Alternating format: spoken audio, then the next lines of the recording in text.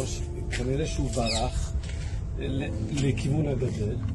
הוא ברח והם הלכו אחריו, הורידו לו את הראש. נכנסנו לבית, הם יושבו ואוכלו בזמן שהם התפללו, הוציאו עין אחד לאבא, האבא כפות, האבא ואמא כפותים מאחורה, מולם שתי ילדים שיושבים, האבא עם עין אחת בחוץ, האמא שד אחד הם הורידו, הילד בן 7, הורידו לו כמה אצבעות, הילדה, הכף רגל, הורידו לה, הם פתחו שולחן באמצע והם אוכלו. אתה מבין מה זה?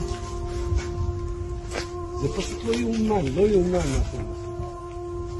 שתי דקות אחר כך, אישה בהיריון, פתחו לה את הבטן, פשוט פתחו לה, והתינוק עדיין בפנים עם סכין. פתחו את זה, ואחרי זה יראו לה מאחור.